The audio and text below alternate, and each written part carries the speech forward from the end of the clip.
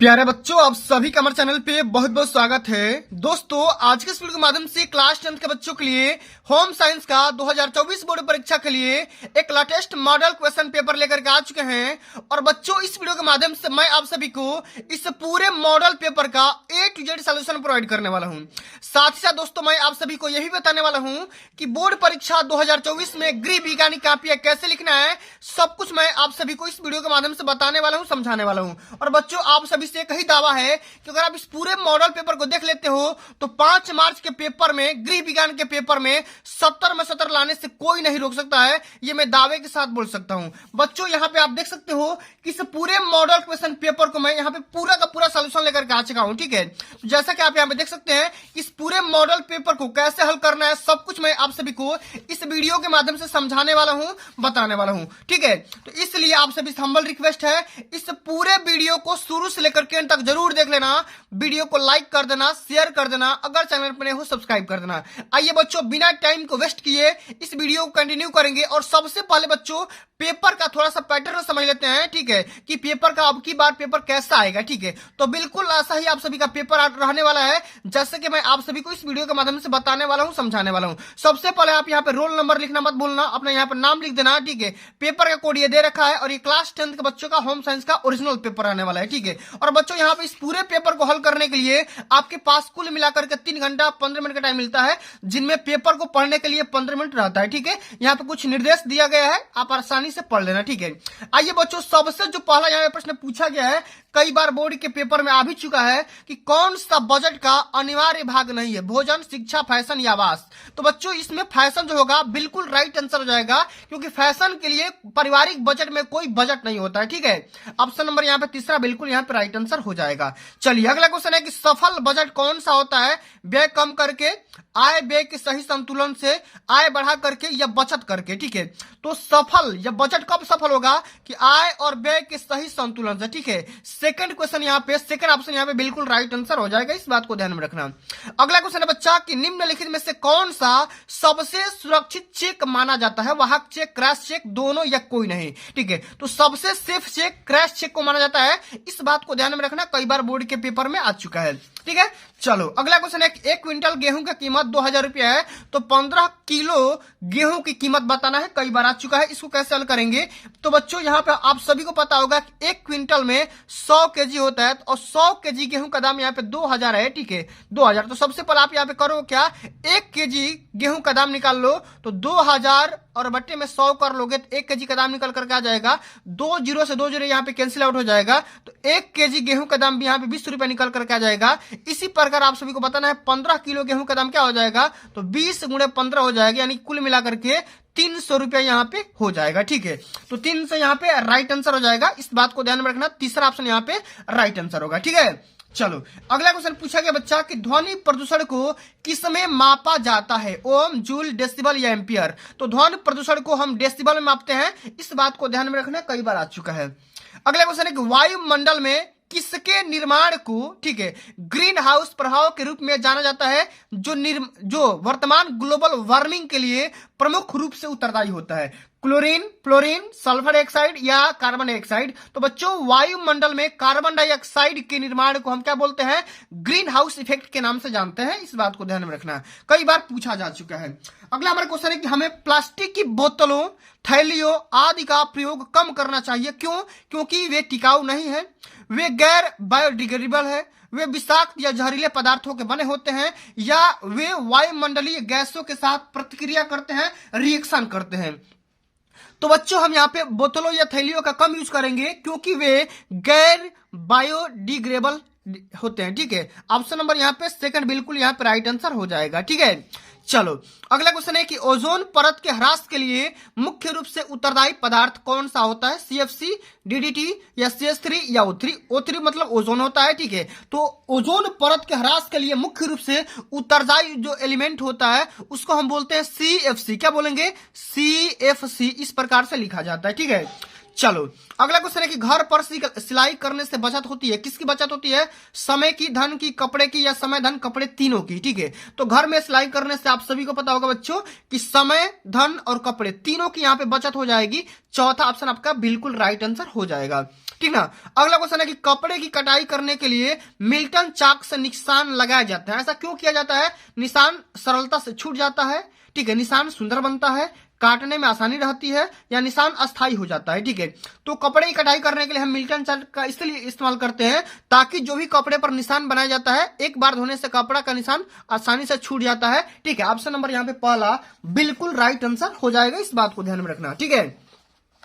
चलो अगला क्वेश्चन है बच्चा, यहाँ पे समझ सकते हैं कि लौह तत्व की कमी से कौन सा रोग हो जाता है? बेरी बेरी, रतौंधी, एनीमिया या स्कर्वी। तो लौह तत्व मतलब लोहे की कमी से कौन सा रोग हो जाएगा? तो बच्चों यहाँ पे एनीमिया रोग हो जाएगा, इस बात को ध्यान में रखना, कई बार आ चुका है, ठीक ना।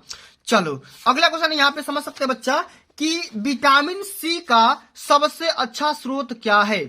हरी सब्जी, दाल, दूध या खट्टे फल। तो विटामिन सी बच्चों आप सभी को पता होगा कि खट्टे पदार्थों में या खट्टे फलों में पाया जाता है। ऑप्शन नंबर यहाँ पे डी बिल्कुल राइट आंसर हो जाएगा, ठीक ना। चलो अगला क्वेश्चन है कि नवजात शिशु 1 से लेकर के जो कि 0 से लेकर के 1 महीना तक का होता है का प्रति मिनट हृदय दर कितना होता है? माने उसका जो हृदय हट होता है 1 मिनट में कितना बार धड़कता है, इस बात को बताना है। तो 1 मिनट में वो 80 से लेकर के 120 बार धड़कता है, इस बात को ध्यान में रखना। ऑप्शन नंबर यहाँ पे तीसरा बिल्कुल राइट आंसर होगा, ठीक ना। चलो अगला क्वेश्चन है कि क्षय रोग किस रोगाणु के द्वारा उत्पन्न होता है, ये आपको बताना है।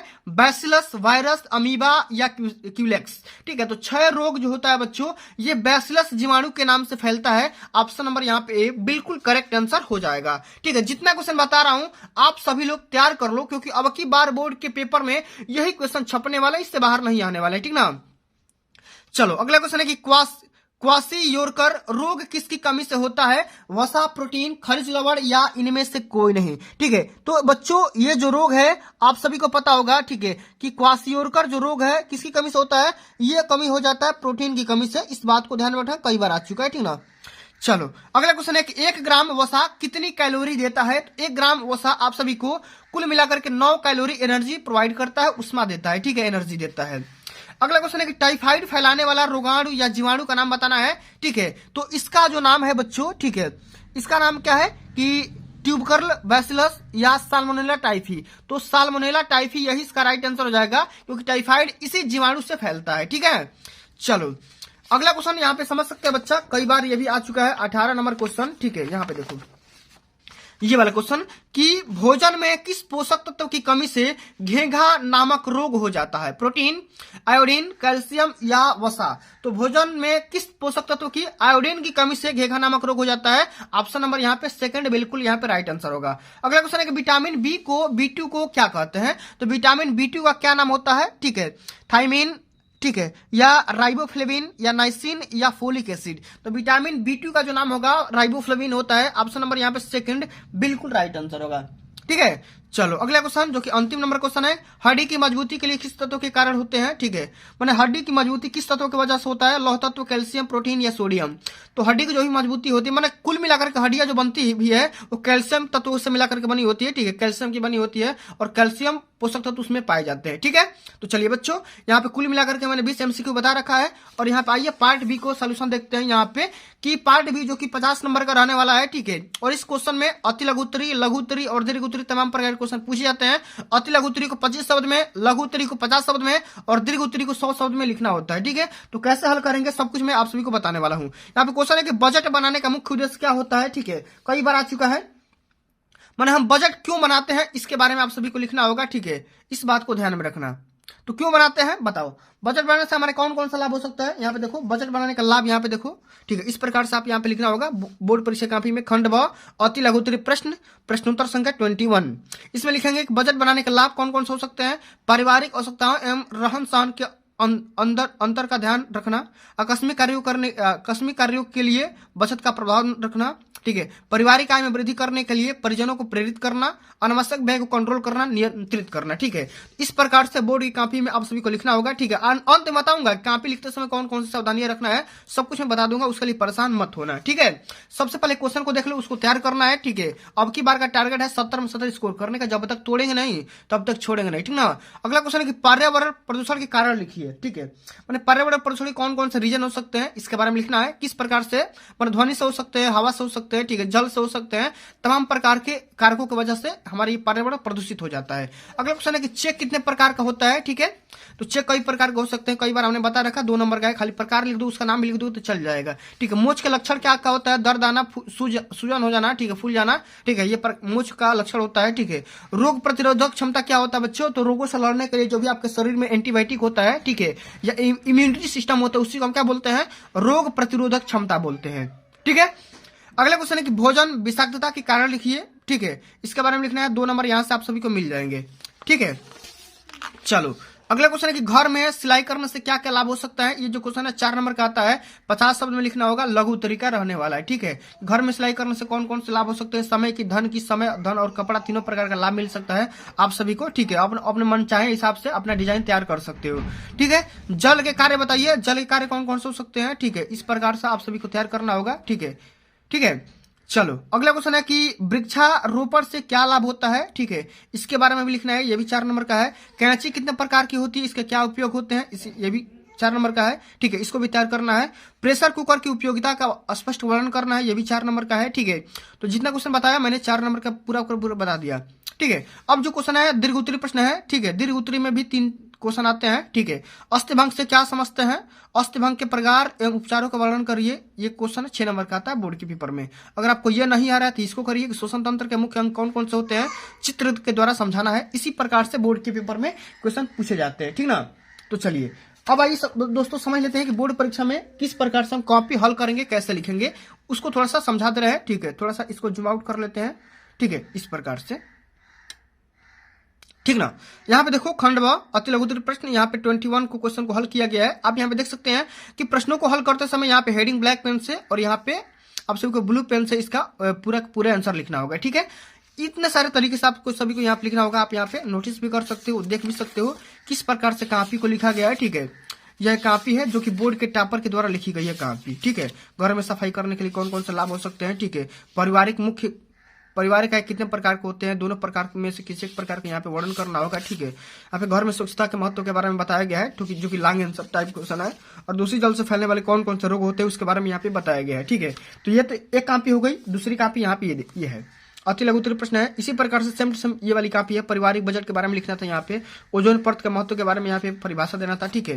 कपड़ा काटने से पहले माप लेना क्यों जरूरी था, ठीक है। भोजन पकाने कौन कौन सी विधियां होती है, ठीक है, या क्या उसका ऑब्जेक्टिव होता है उसके बारे में यहाँ पे लिखना होगा, ठीक है। दवा पिलाते समय किन किन बातों को ध्यान में रखेंगे, उसका आंसर ऐसे करेंगे, ठीक है। और तापमान लेते समय किन किन बातों को ध्यान में रखेंगे, उसका यहाँ पे आंसर देंगे, 2 नंबर का ये आता है, ठीक है। लघु उत्तरीय में 4 नंबर का आता है, पासबुक चेकबुक में अंतर बताना था, यहाँ पे हड्डियों को टूट मोच में अंतर बताना था, ठीक है। यहाँ पे तंबाकू पीना स्वास्थ्य के लिए क्यों हानिकारक होता है, उसका आंसर यहाँ पे बताया गया है, ठीक है। भाप लेना क्यों जरूरी होता है, ठीक है, इस माध्यम से यहाँ पे बताया गया। प्रतिरोधक क्षमता यहाँ पे बताया गया है कि रोगों से लड़ने वाले जो भी आपके नेटवर्क होते हैं, ठीक है, उसको यहाँ पे बताया गया वायरस को हटाने के लिए, ठीक है। पारिवारिक आय क्या होता है, ठीक है, पारिवारिक आय के स्रोत कौन कौन से होते हैं उसका यहाँ पे आंसर बताया गया, ठीक है। चलिए घर में सिलाई करने से गृहिणी कौन कौन से लाभ मिल सकते हैं, इतने प्रकार के लाभ मिल सकते हैं, इस प्रकार से क्वेश्चन को बताया गया है। ये क्वेश्चन है जो कि रोगी का आहार तैयार करते समय किन किन बातों को ध्यान में रखेंगे उसका यहाँ पे आंसर बताया गया है, ठीक है। तो बच्चों इस प्रकार से आप सभी को बोर्ड में कॉपियों को रिप्रेजेंट करनी है, एक कॉपी ये रही, ठीक है, और दूसरी कॉपी ये रही, ठीक है। मैंने दोनों कॉपी के माध्यम से बता रखा है कि किस माध्यम से आपको कॉपी हल करेंगे कि आपके एक भी नंबर ना कटेगा और पूरा का पूरा नंबर मिलेगा, और 70 में 70 कैसे स्कोर करना है आपको पूरा यहाँ पे स्ट्रेटजी फॉलो करने होंगे इतने सारे तरीके से, ठीक है। तो बच्चों आज के लिए बस इतना ही। अगर ये वीडियो आप सभी को अच्छी लगी होगी, हेल्पफुल लगी होगी, तो वीडियो को लाइक कर देना, शेयर कर देना, अगर चैनल पर नए हो सब्सक्राइब कर देना। जल्द मिलते हैं अगली वीडियो में, तब तक के लिए जय हिंद, जय भारत, वंदे मातरम।